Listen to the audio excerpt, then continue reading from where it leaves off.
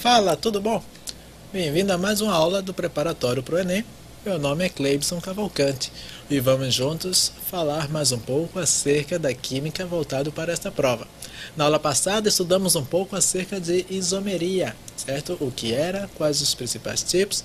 Hoje vamos dar continuidade com um tema bem interessante que é a isomeria ótica, certo? Acompanhe comigo que está no slide para ver mais detalhadamente o conteúdo da aula de hoje. Bom, você vê aí isomeria, certo? Ótica. Vamos ver um pouco sobre o que é, onde se encontra e que influência tem no cotidiano, tá bom? Pois bem, em primeiro lugar, queria saber o seguinte. Você já ouviu falar de um medicamento chamado talidomida? Não? Ora, esse medicamento, certo? Que foi bastante utilizado na década de 50, 60, certo? Virou notícia no mundo inteiro. E você vai entender por que observando um pouco mais acerca dele no slide seguinte. Acompanha comigo. Você pode visualizar aqui uma matéria, certo? Saiu no site da BBC, no qual tem aí, como principal manchete: talidomida continua a causar defeitos físicos em bebês no Brasil. Ora, a reportagem falando um pouco acerca dele, e aqui tem um pequeno trechozinho de uma parte que falava lá, que diz o seguinte: a talidomida foi introduzida no final dos anos 50 como um sedativo. A droga era dada às mulheres grávidas para combater os sintomas do enjoo matinal. Mas o uso durante a gestação restringiu o crescimento dos membros dos bebês, que nasceram com má formação nas pernas e braços. Em torno de 10 mil bebês nasceram com defeitos físicos em todo o mundo, até que a droga fosse tirada de circulação em 1962, certo? Então, a talidomida foi utilizada nesse período para enjoo, para questão como sedativo para as mulheres grávidas, mas percebeu-se que estava causando um grande problema. Os bebês estavam nascendo com má formação, certo? Das pernas, braços. Foi o que ficou conhecido como geração dos bebês talidomidas. Se você colocar no Google bebê talidomida, você vai ver imagens que são bastante fortes de como esses bebês, essas pessoas nasceram, e hoje muitas delas ainda estão vivas, com em torno de 50 e poucos, 60 anos, certo?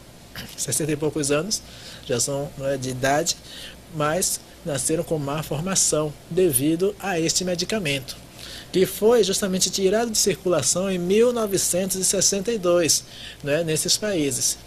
Contudo, um detalhe interessante, a matéria continua, acompanha comigo nesse slide. Aqui no Brasil, contudo, a droga foi reintroduzida em 1965 como tratamento das lesões de pele, uma das complicações da hanseníase. Os casos de hanseníase no Brasil são mais recorrentes do que em qualquer outra parte do mundo, exceto a Índia. Mais de 30 mil casos são diagnosticados todos os anos, com milhões de pílulas de talidomida sendo distribuídas para tratar as doenças. Ora.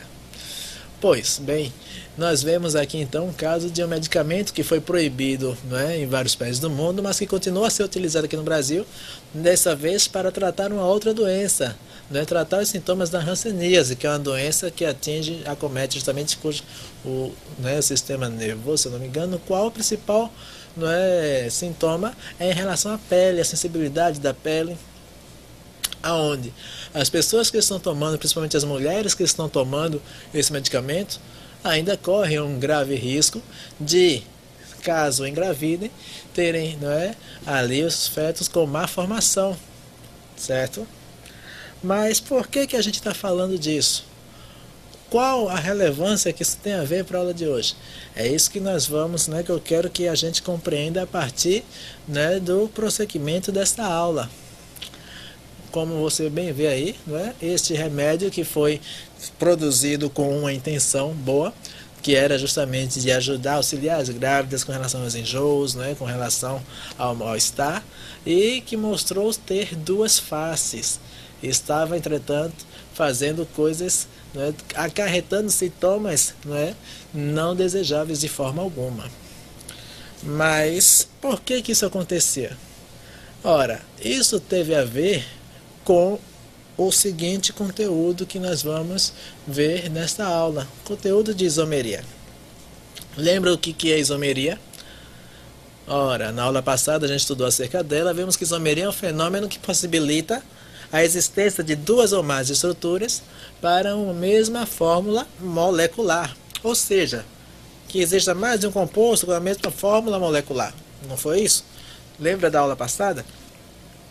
Que dizia justamente que a isomeria é bastante comum na química orgânica, podendo ser separada em isomeria plana e espacial. Estudamos na última aula acerca da isomeria plana, vimos um pouco da isomeria espacial geométrica, e nesta aula nós vamos ver um pouco acerca dela, a isomeria óptica, certos isômeros ópticos. Tá legal? Então, o que é isomeria óptica? Então, são também chamados os estereoisômeros, certo? Ou recebem outro nome também, enantiômeros, que nós vamos vê-los logo mais aí do que realmente se trata. Os isômeros espaciais, então, eles são assim chamados por possuírem aquilo que é denominado de atividade óptica. Por isso são chamados de isomeria óptica. E o que é atividade óptica? Ora, podemos ver o seguinte aqui. Eles possuem a mesma fórmula estrutural, plana, apresentam fórmulas estruturais específicas, certo? Mas em relação a isso, é importante salientar o seguinte antes. Desculpa. Todos os isômeros possuem propriedades físicas diferentes, tais como o quê? Observa aí. Tais como ponto de fusão, ponto de ebulição e densidade, com exceção dos isômeros ópticos. Ou seja, as propriedades físicas dos isômeros ópticos são as mesmas. Logo, se eu tenho um composto que tem a mesma massa molecular, que tem as mesmas propriedades físicas, o que diferencia uma da outra? Justamente isso que acabamos de falar.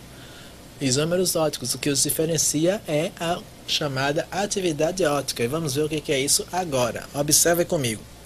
São assim chamados por quê? Por terem, por meio dessa atividade óptica, a capacidade de desviar a luz polarizada. Eita, professor, que está complicando cada vez mais. Que danado é luz polarizada? Ora, luz polarizada é o seguinte. Se eu acendo, certo, uma lâmpada incandescente, a luz ela se espalha para todas as direções. Pá!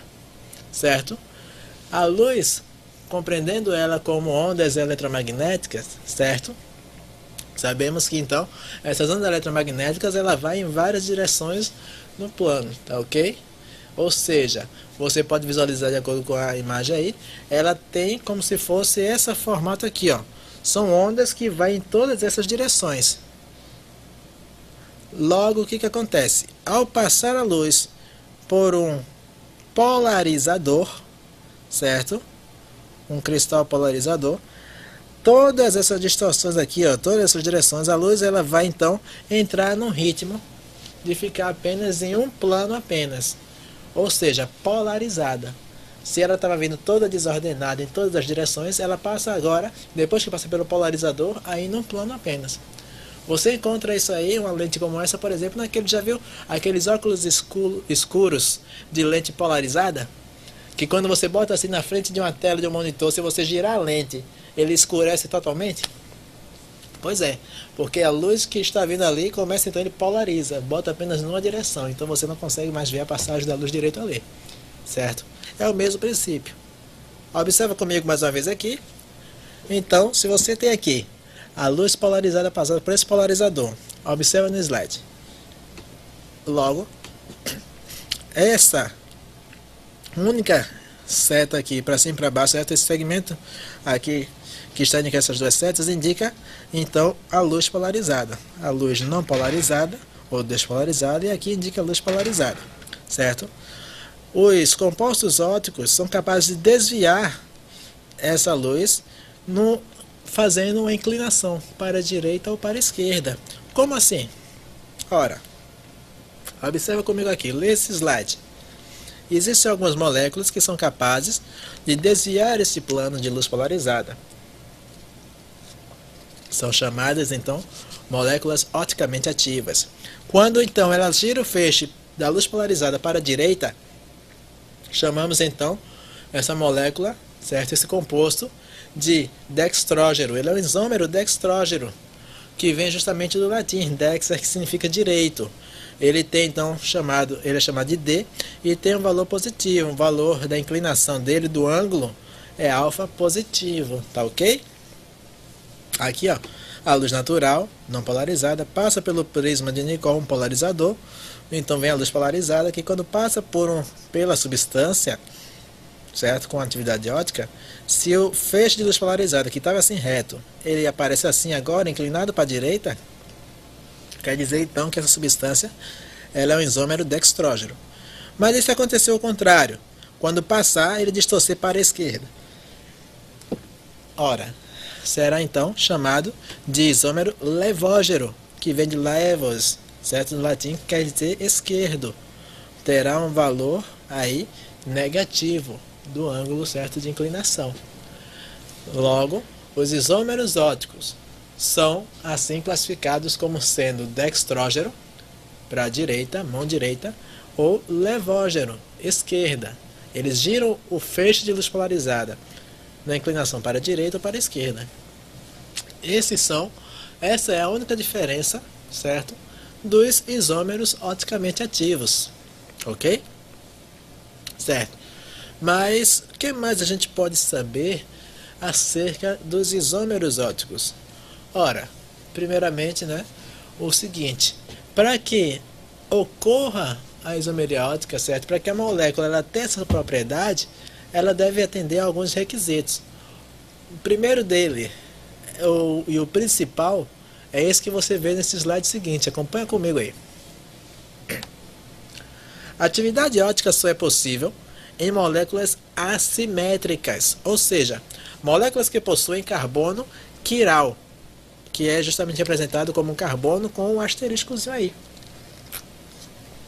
ou também chamado de estereocentro, certo? E o que é um carbono assimétrico ou carbono quiral? É o átomo de carbono que está ligado a 4 grupos diferentes entre si. Eu tenho então aí o carbono, como você pode observar, ligado a um grupo 1 aqui, ó, grupo 2, grupo 3 e o grupo 4, certo? Radicais aqui ligados ao carbono, de forma que um é diferente do outro, são 4 diferentes. Isso então torna esse carbono um carbono quiral, assimétrico. E por conta disso, essa molécula terá o que nós chamamos de atividade óptica. Mas ainda é o seguinte, os isômeros ópticos podemos ainda reconhecê-los por serem o quê? Os isômeros ópticos são a imagem especular um do outro, mas não são sobreponíveis, isto é, são enantiômeros. Professor, eu estou entendendo nada. O que ele está dizendo aí? Especular, enantiômeros, sobreponíveis. Ora, o que ele está querendo é o seguinte, os isômeros ópticos, certo? Eles são um tipo de molécula que não possui simetria. O que é simetria? Algo simétrico é quando você traça um eixo, certo? Sobre algo, e que em ambos os lados, ou quando você passa um plano, e que ambos os lados têm o mesmo formato, têm as mesmas medidas, a mesma coisa. Por exemplo, o corpo humano, nós aparentemente somos simétricos, né? Se eu traço aqui, ó, um traço entre o rosto, o que acontece? Eu tenho um olho do lado de cá, um olho do lado de cá, né? Um ouvido do lado de cá, outro do lado de cá. Aparentemente a simetria. Mas, olha só no slide.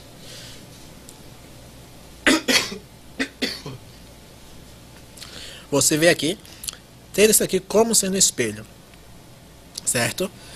Se eu coloco aqui um de frente para o outro, ora, Se é como se essa molécula estivesse olhando para ela no espelho, eu tenho aqui a imagem especular. Contudo, o que acontece? Volta aqui comigo.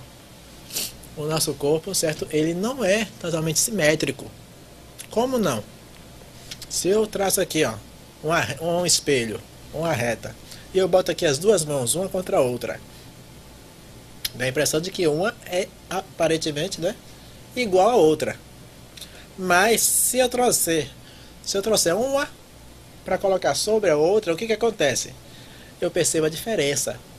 Uma tem um polegar para cá e a outra tem um polegar para cá. Então elas não são sobreponíveis, logo são diferentes, certo? Uma é a imagem especular da outra, mas uma é diferente da outra.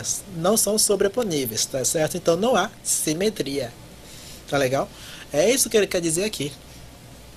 São moléculas que uma é como se fosse a imagem espelhada da outra, mas não é a mesma coisa. Elas diferenciam em relação à posição dos seus ligantes no espaço. Como você bem pode ver nessa imagem aqui ainda, certo?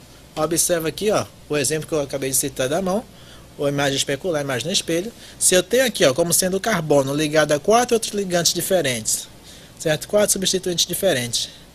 E eu pegar os dois agora, ele e a sua imagem no espelho, e tentar colocá-los para que caiba na mesma forma, o que acontece? Um vai entrar, mas o outro não vai, porque a imagem especular não é a mesma coisa do original, tá ok? Então isso aqui é isomeria óptica. Essas moléculas são chamadas de enantiômeros, tá legal? É isso que ele quis dizer aí, são isso que quer dizer essas palavras difíceis, tá ok? E o carbono, que justamente tem esses 4 ligantes diferentes e por isso apresenta justamente essa assimetria, certo? É chamado de carbono quiral, tá bom? Podemos ver aqui o seguinte ainda, observe nesse slide. Olha só.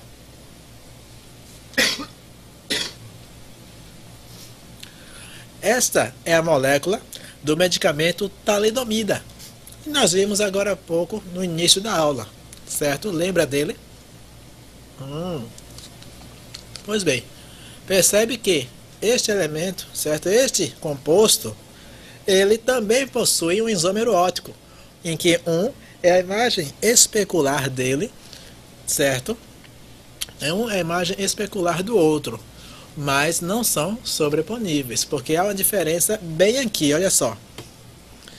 Sabe onde é o carbono quiral dele? Olha ele aqui, ó. Este carbono aqui tem um ligante que é o hidrogênio, o outro ligante que está indo para dentro do plano, um ligante que está vindo para fora do plano, que aqui, ó, começa com nitrogênio e pega todo isso aqui. Um ligante que é o carbono que está vindo nessa direção aqui, ó, essa cadeia que vem até aqui o oxigênio, e o outro ligante que é o carbono com a dupla O aqui. Então esse carbono ele tem 4 ligantes diferentes. Então ele é um carbono quiral. Por isso possui atividade óptica. E o carbono semelhante a ele está bem aqui, certo? Outro carbono quiral. São 2 isômeros, 2 enantiômeros, certo? Possuem ambos atividade óptica. E para saber ainda como podemos saber quantos isômeros ópticos pode haver para determinada molécula, o que a gente faz? Ora, basta então saber identificar justamente os carbonos quirais. Quantos carbonos há para cada certa molécula dessa? Quantos carbonos assimétricos, quantos centros de quiralidades há? Viu que a gente observou agora há pouco onde está o carbono quiral. E como é que a gente faz? De acordo com o slide aqui, olha só a formulazinha. Se eu tenho aqui isso aqui, é o número de isômeros opticamente ativos, eu posso calculá-lo de acordo com o valor de 2 elevado a n, em que n vai ser o número de carbonos assimétricos, ok? Então, se eu tenho um carbono, uma molécula com um único carbono quiral, então eu tenho que é 2 elevado a 1. Ele vai ter 2 carbonos, ele vai ter 2 moléculas, 2 isômeros ópticos ativos. Mas se uma molécula possui 2 carbonos, como aqui, ó, Dois carbonos quirais, tá vendo? 1, 2, 3, 4 ligantes diferentes. Para esse aqui também, ó. 1, 2, 3, 4 ligantes diferentes, certo? Percebe que são ligantes diferentes? Aqui, ó. Eu tenho aqui, ó, um ligante aqui. Outro ligante aqui, ó. 1, 2, 3, 4. Aqui, ó. Isso tudo aqui é um ligante, certo? Para esse carbono aqui, ó, 4 ligantes diferentes. Então ele é um carbono quiral. Da mesma forma que eu posso dizer também que nesse caso aqui, em relação a esse aqui, ó, isso aqui é outro ligante. 1, 2, 3, 4. Então eu tenho que esses dois carbonos aqui são carbonos quirais, certo? Logo eu tenho 2 elevado a n. Quantos carbonos quirais é? 2. 2 elevado a 2 dá 4. Haverão então 4 isômeros para esse composto, formando-se então 2 dextrógeros e 2 levógeros, certo? Neste caso, o que acontece?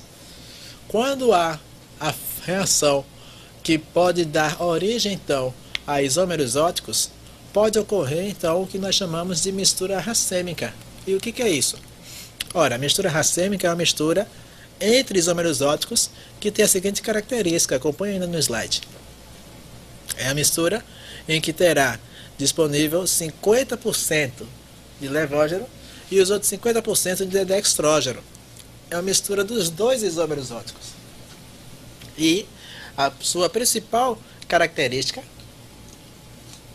sua principal propriedade é de que ela é, certo, oticamente inativa, certo? Ela não apresenta a atividade ótica de desviar o plano de luz polarizada. Por quê? Lembra que o dextrógeno gira para a direita, a luz polarizada.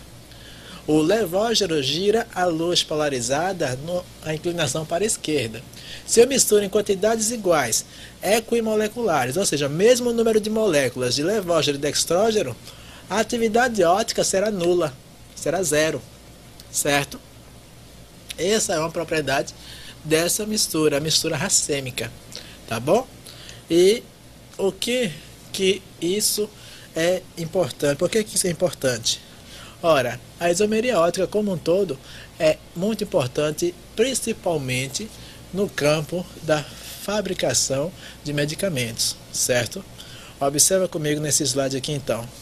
Até a década de 1960, certo? Quando ocorreu justamente essa tragédia decorrente do uso indiscriminado da forma racêmica da talidomida por gestantes, utilizado como sedativo leve, resultando justamente no nascimento de crianças com deformações nos membros superiores e inferiores, a importância da configuração absoluta na atividade biológica das moléculas se manteve adormecida. Até esse tempo não se tinha conhecimento acerca justamente da importância em relação a esse comportamento desse tipo de molécula,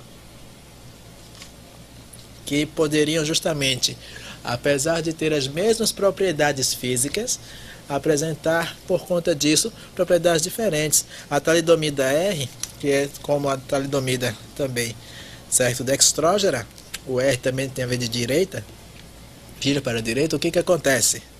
Ela é justamente a molécula responsável pela atividade que se espera do medicamento da talidomida.